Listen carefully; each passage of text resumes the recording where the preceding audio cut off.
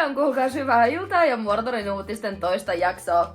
Let's mennään. Perinteisesti luen teille suoraan läppäristä, käännän reaaliajassa, saattaa kuulostaa Daijulle, mutta liitän myöskin käännökset teille tähän videoon. Eli 30. marraskuuta 2023 Eho Moskvi meille kirjoittaa orenburgilaisesta rikollisesta, jolle Putin oli antanut armahduksen osallistumisesta Ukrainan sotaan. Sodan jälkeen hän palasi takaisin ja oli syyllistynyt uuteen rikokseen. Arvatkaa mitä? Hän raiskasi 11-vuotiaan tytön. Alustavan tiedon mukaan 11-vuotias tyttö vieraili naapurin Juri Gavrilovin luona, koska tytön äiti pyysi. Hänen täytyi hakea jotain kaiuttimia, kaijureita äidin miesystävältä. Rikoksen jälkeen Gavrilov oli pyytänyt, ettei tyttö kertoisi tapahtuneesta kenellekään, mutta äiti huomasi mustelmia ja naarmuja tyttärensä kehossa, ymmärsi kaiken ja ilmoitti asiasta poliisille. Totta kai.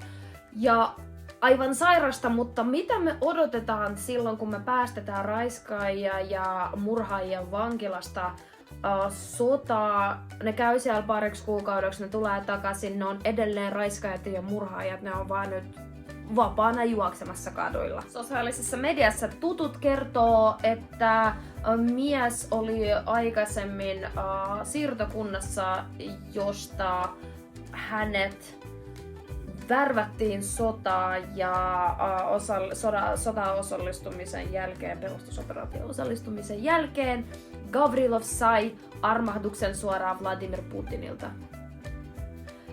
Samalla Vladimir Putin, jos muistatte viime jaksossa puhuttiin siitä Venäjän kansanneuvoston täysistunnosta, jossa laulettiin Putinille rukouksia.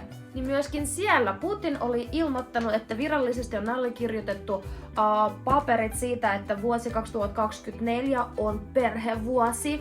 Ja hän myöskin pyytää synnyttää vähintään 8 lasta joka perheeseen. Вы знаете, что уже подписан указ объявить следующий 2024 год в России годом семьи. Я хочу особо отметить, что такое решение действительно опирается на позицию абсолютного большинства нашего общества. Уверен, что Всемирный Русский Народный Собор также его единодушно поддерживает. И что здесь хочу сказать и подчеркнуть. Преодолеть сложнейшие демографические вызовы, с которыми мы столкнулись, невозможно только с помощью денег.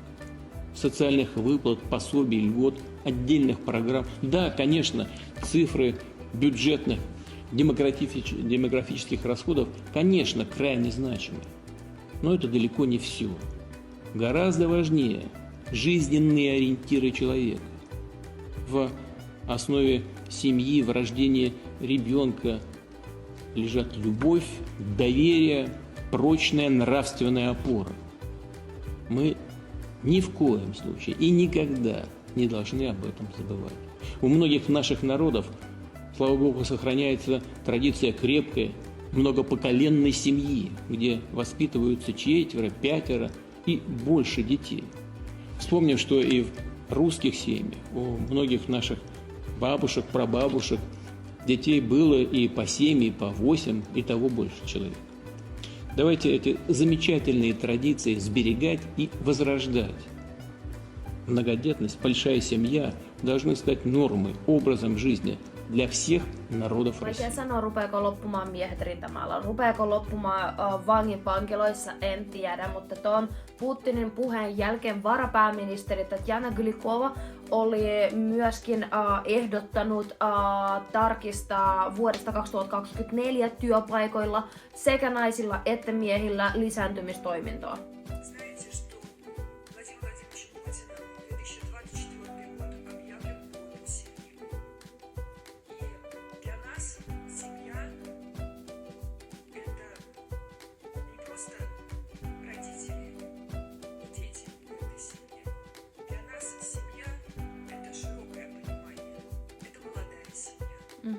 Это семья, которая имеет детей. Это здоровая семья. Это трудовая семья. Se on perhe, jolla on yli 18-vuotiaita poikia, joita voi lähettää rintamalle. Многопоколенческая семья. И каждой семье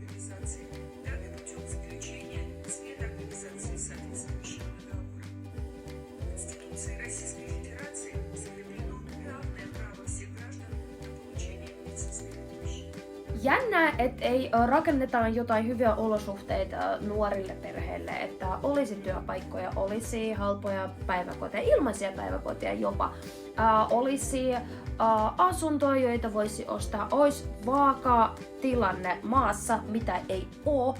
Sen takia se on ihan ymmärrettävää, että nuoret ei halua lapsia. Miksi sä haluaisit lapsen, jota lähetetään saman tien Ukrainaan lannoitteeksi, mutta mennään tätä kautta. Ihmisiä pakotetaan synnyttämään vähintään 8 lasta. Viime jaksossa me puhuttiin siitä, että Venäjällä virallisesti LGBT nykyään kuuluu äärijärjestöihin ja nyt selvisi, että 3.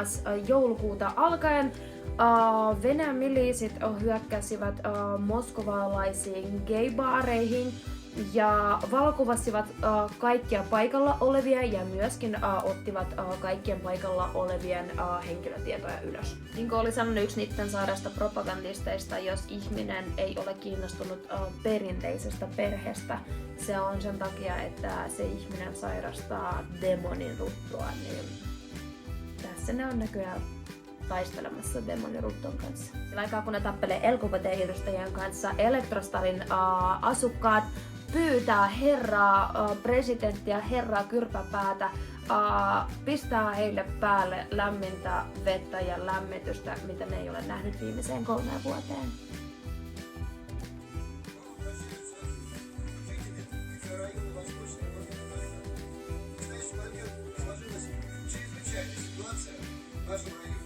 Не работает отопление с самого начала отопительного сезона. Нормально не работает. Продолжается эта история уже 3-й год. У жителей терпение кончается. В квартирах температура, понимаете, не выше 15 градусов. Дети постоянно болеют. В школах холодно. Ihmiset eivät kohta enää kestää. Kestätte? On kestänyt yli 20 vuotta, niin eiköhän kestetään vielä, koska Putin on maailman presidentti eikä onkin. Varmaan tämän jakson lämpöisin uutinen eilen 12. joulukuuta. Eläkeläinen nainen kuoli kylmyyteen omassa talossa. Hänen ruumis oli ollut siellä 7 päivää ja sisällä oli myös koiria. Eläinsuojeluvirasto kertoo URA.rulle. Minkä takia siellä on jotain eläinsuojeluvirastoja toimimassa, mutta ei mitään ihmissuojeluvirastoja. Jännää. Nainen asui puutalossa, jossa ei ollut vettä eikä lämmitystä. Kaasu suljettiin pois vuosi sitten. Oli sotkusta ja oli kylmää ja talossa oli ulostetta kaikkialla. Koirat olivat uupuneita ja yrittävät lämmittää naista. 6 heistä 6 selvisi hengissä. He löysivät myös pennun, joka oli melkein kuollut nälän vuoksi. Ja 3 kissaa vielä, oho. Kaikki kauheassa kunnossa. Hengissä, silti tosin kuomistaja. Nyt koirat etsivät uutta kotia. Vapaaehtoiset tulevat ruokkimaan heitä ja koirat käyttäytyvät nyt hyvin aggressiivisesti vieraita kohtaan. Ilmeisesti he edelleen suojelevat omistajaa. Minkä takia ne teeskentelee, että niitä kiinnostaa eläinten elämät, kun niitä ei kiinnostaa? Siis nainen kuoli kylmyyteen ja Sverdlovskin pääosaston lehdistöpalvelun päällikkö Valeri Garelkin kertoo URA.rulle, että aluepoliisiosaston poliisit tutkivat iäkkään naisen kuoleman olosuhteita. Russia Moment.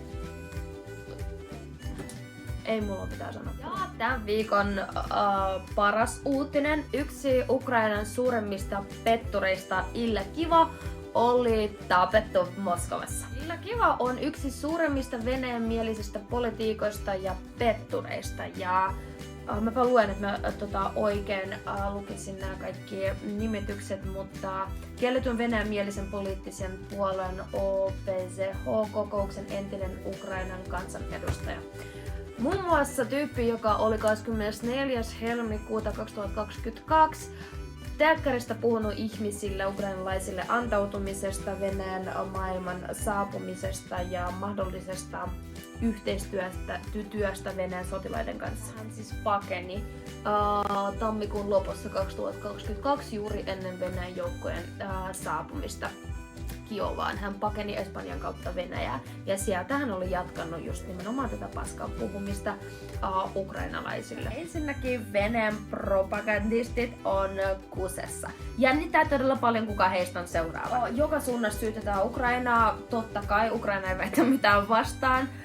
Mutta mun mielestä mikä tässä on kaikista huipointa on se, että sitä ammuttiin jo useamman kerran retkellä Suponevon Village Country Club hotellin puistoalueella.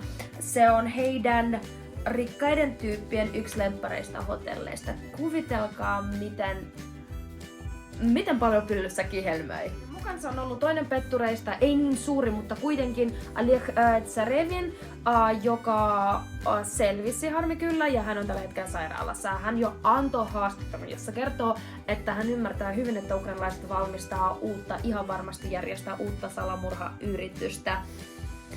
Mahtavaa, kivaa ja hyvää, että hän ymmärtää. Ja jos me vaikka lopetetaan tähän positiivisen sävyyn tämän viikon jaksoon ja tykätkää, laittakaa kommenttikenttään, jos teillä on jotain toiveita, jos vois muuttaa jotain, lisätä, vähentää, ihan mitä vaan. Kiitos teille paljon, Slava Ukraini ja kunniaa Suomelle. Yhdessä voitetaan.